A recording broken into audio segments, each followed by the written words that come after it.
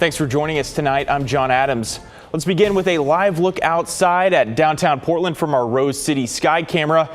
It's been an active weekend that's been wet and active as our usual fall rain has arrived. Meteorologist Joe Ranieri is tracking all of that and is here with our first forecast tonight. Hey, Joe. Hey there, John. If you thought today was active, just wait till tonight. Look at all these colors. Looks like my daughter grabbed some crayons and did some coloring on the radar, but this is what's in store here the next 2 hours or so. We're going to be picking up some yellows and some oranges really after midnight. Now, it's going to be heavy downpours, enough to kind of wake you up out of bed, but if you sleep in a little bit, tomorrow morning, it's all gone. But still, with that said, as we head into about 6 o'clock in the morning, we'll just be waking up to overcast skies, some sunshine here and there. But as we go into the later part of the day, we will be seeing some very active weather, strong downpours, a chance to see some hail and some thunderstorms as well. That's going to be the case throughout the coast, the valley, and the mountains. Now, we are going to be picking up a little bit of some snow showers up in the high country, but again, it's not going to be really impacting you if you're going to be driving over into the Oregon Cascades. And going into Monday, that upper level low that's now in the Gulf of Alaska is going to be bringing in more scattered showers.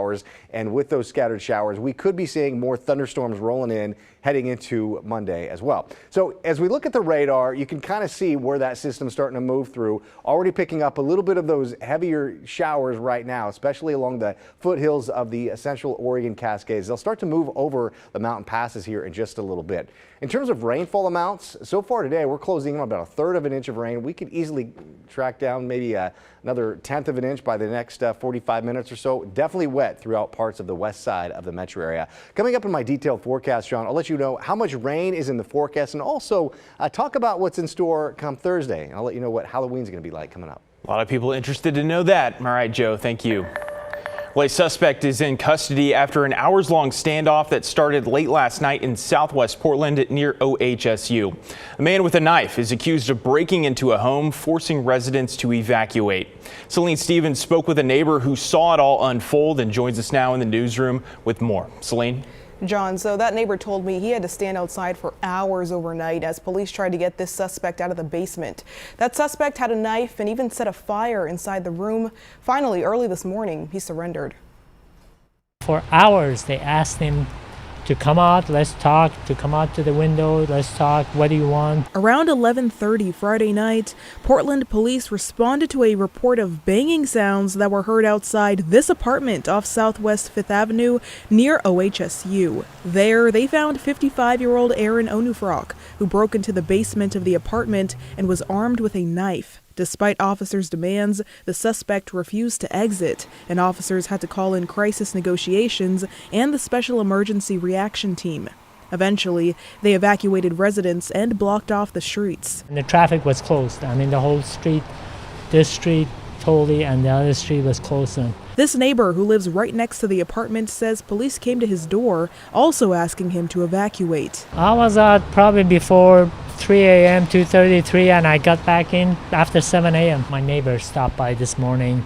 She had to stay in a hotel, and he was threatening to put the building on fire. Police say the suspect also started a fire while inside the building that burned a door in the basement as well.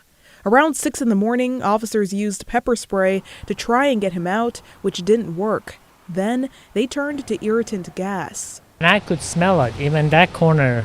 Even this morning, I had a little smell in the house. Finally, after 6:30 in the morning, he surrendered and was arrested and now faces a few felonies, including arson and burglary in the first degree. Of course, you watch movies that they go much faster, not taking 10 hours to do it, but finally, I guess they got him.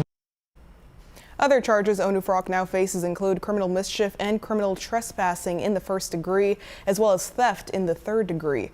Police say no residents were injured. John? All right, Celine, thank you. Well, Portland police are looking for the suspect who rear-ended a police sergeant in a hit-and-run crash. This was at about 9 this morning in the St. John's neighborhood. The sergeant was stopped at a red light when the driver of a Ford pickup truck hit a minivan and the sergeant's police vehicle.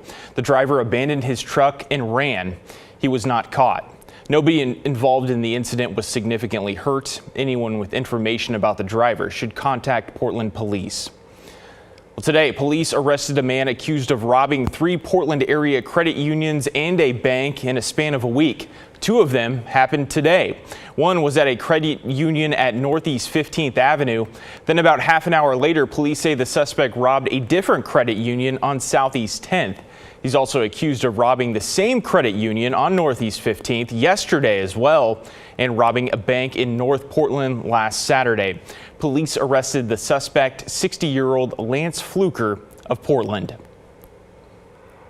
A social justice organization is using art education to advocate against gun violence across the city. Sydney Dorner spoke with families about loved ones they've lost to gun violence. Teresa Rayford founded the nonprofit Don't Shoot PDX, motivated to make a change after her nephew was shot and killed in 2010.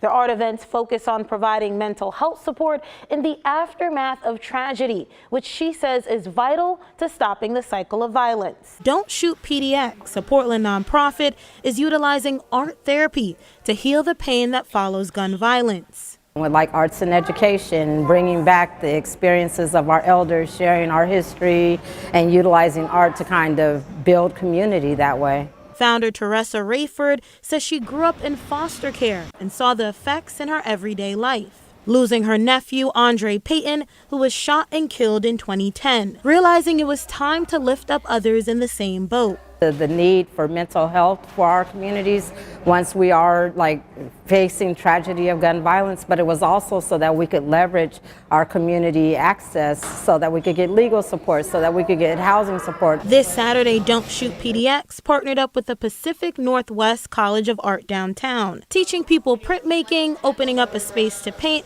plus hear from mental health professionals like therapist Yolanda Hargrove, who lost her brother to gun violence. Through art and talk therapy, it helps you to really process what's going on. How do I work through this? How do I even live to see another day? How can I help my family through this? Hoping this brings awareness to the other resources they provide. Like they need someone to do mediation because of different problems that they're facing. If they need advocates in courts or schools, we've always been there. And we want to continue being there. The signs made will be used at future events like their annual Reclaim MLK March in January. Sydney Dorner, KGW News.